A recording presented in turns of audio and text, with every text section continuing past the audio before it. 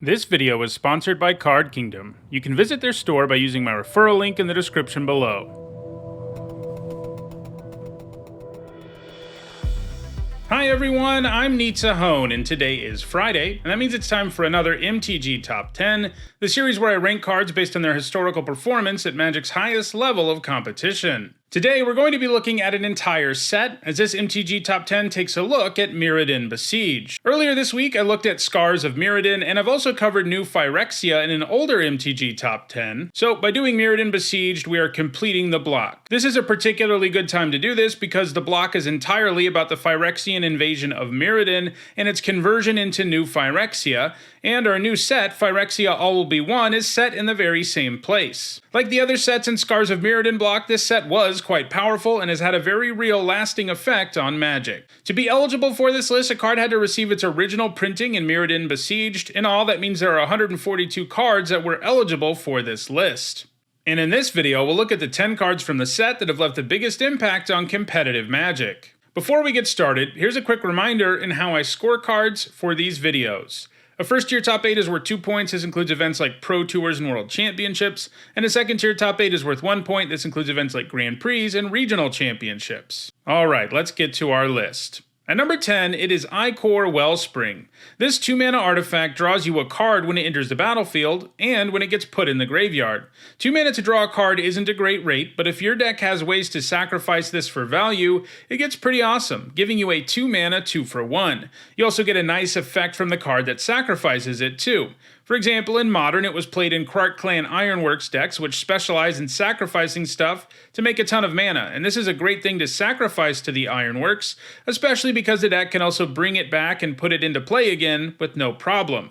The deck eventually got banned out of Modern, at which point it transitioned to Urza decks, which can get a ton of value out of artifacts in general, and the deck also has a few ways to sacrifice it. In Legacy, it's been played in decks that use Goblin Welder to get huge artifacts back from the graveyard, but it only lets you do that if you have an artifact in play to sacrifice. Obviously, sacrificing the Wellspring for that powerful of an effect is awesome. It also sees significant play in Pauper Affinity decks, so yeah, this common is seeing a ton of play in many formats, and it looks like that's going to continue.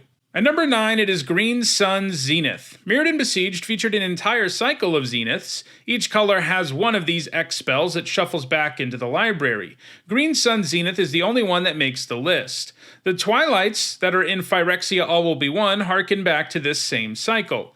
Anyway, Green Sun Zenith lets you search your library for a green creature with mana value X or less and put it onto the battlefield. That is obviously a very powerful tutor. There really isn't another one in the game that can search up such a wide variety of creatures and put them right on the battlefield, and the fact that this scales all game is great. In Standard, it was played in ramp decks that used Primeval Titan. It could find your Titan, or the mana the Titan gets for you could fuel your Green Sun Zenith. It was only legal in Modern very briefly, for a single event, Pro Tour Philadelphia in 2011, after which it got quickly banned. The big problem with the card in Modern was the absurd mana ramp it could provide if you got it early. You could use the Zenith on turn 1 to search up Dryad Arbor. And then of course it could do all sorts of late game nonsense too. It remains banned in Modern today, but it sees a lot of play in Legacy, unsurprisingly appearing in green-based decks that can make a lot of mana, like Elves and Cloudpost. The Zenith has also gained a few points in Vintage, though it isn't actively seeing play there, but it is likely to keep gaining points in Legacy going forward. At number 8, it is Blight, Steele, Colossus, a massive Infect creature. Infect was one of the block's big mechanics. A creature with Infect does damage to creatures in the form of -1/-1 counters, and to players in the form of poison counters. If a player gets 10 poison counters, they lose.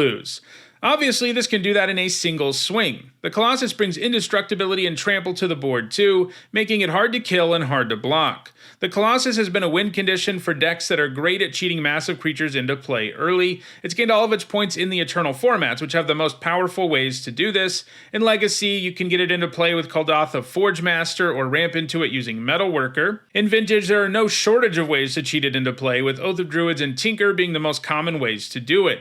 The Colossus is played a lot in Vintage as a result. Even Storm decks tend to run Tinker and the Colossus as a backup win condition, leading to its fairly massive score. It's likely to gain more points in the future. At number 7, it is Mirrodin Crusader, a creature with a whole lot of keyword abilities. The Crusader comes with protection from 2 colors, which pairs pretty nice with its double strike, because it means there are a lot of creatures that just can't block it, in addition to the fact that it's immune to a fair bit of removal. In Standard, it was played in White Weenie and Cobblade decks. In Modern, it has been played in Hate Bear and Humans, and in Legacy, it's a fixture in Death and Taxes.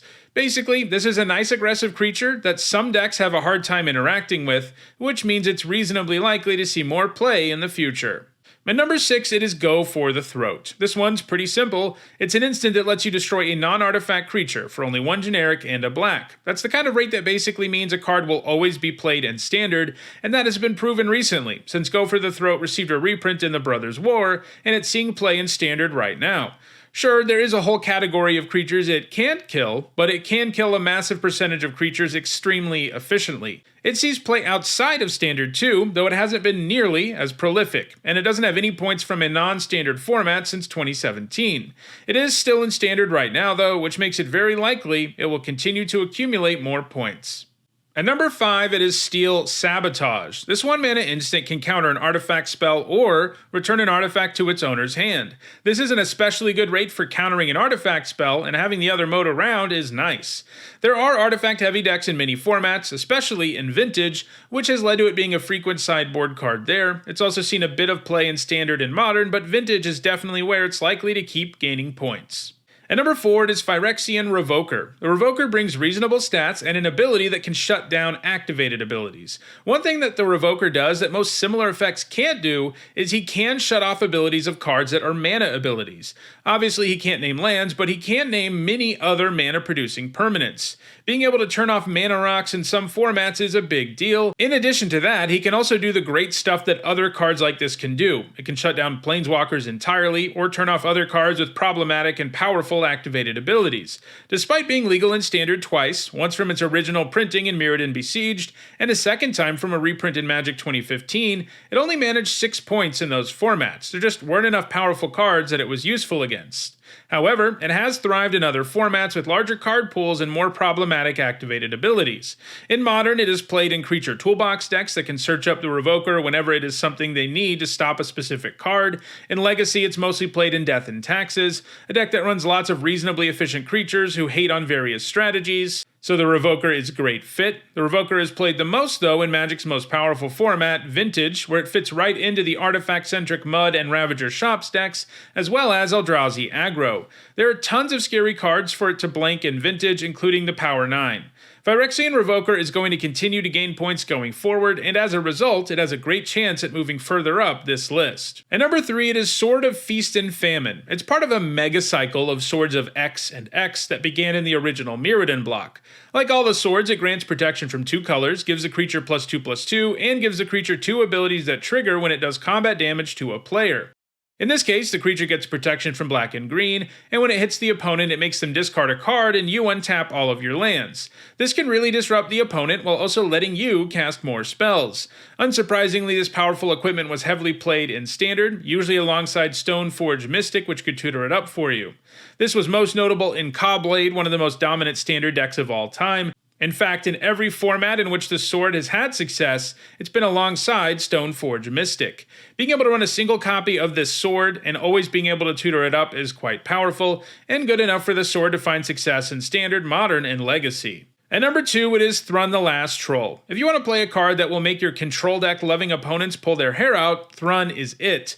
Thrun is really hard to deal with. He comes with hexproof, so he can't be targeted by anything your opponent does, and he also can't be countered, which means he mostly can't be interacted with when he's on the stack. And on top of that, he can regenerate, which means if he gets dealt lethal damage in combat, he can be just fine. This made Thrun an all-around good creature while it was in Standard, where it saw mainboard play in a number of different green decks. In Modern, Thrun has been more of a sideboard card that can be brought in against opponents playing counter magic. It has been in the sideboard of decks like the Rock, Junk, Jund, and Birthing Pod. It even has a few points in Legacy, and in 2021, he started seeing some regular sideboard play in Vintage, Bug, mid-range decks too. So he's still gaining points, but it does feel like Sword of Feast and Famine and Phyrexian Revoker will ultimately pass Thrun.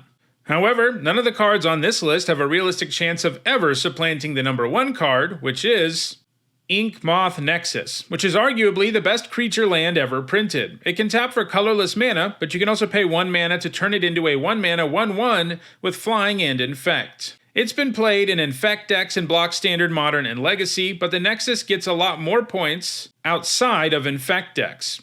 In Standard, it was played in Tempered Steel decks, in which it was often a 3/3. In Modern, it was a great card for Affinity and Hardened Scales decks, which use Arcbound Ravager to move counters around, which can suddenly make this lethal in a single swing. Most recently, in Modern, it's been played in Hammer Time decks, which can quickly slap Colossus Hammer on the Nexus. You can equip the hammer and then use the Nexus's ability to give it flying, which is a particularly devastating combo. The Nexus is still played a ton, and that's not changing anytime soon, so I don't really see any other card from Mirrodin Besieged ever passing it. So those are the 10 cards from Mirrodin Besieged that have left the biggest impact on competitive Magic. If you want to own any of these awesome cards, check out the description where you can find a direct Card Kingdom link for each of them. If you want to make sure you catch future episodes of this series, don't forget to subscribe. If you want to catch up on past episodes, including many more that look at individual sets, you should see a playlist on your screen shortly. Thanks for watching.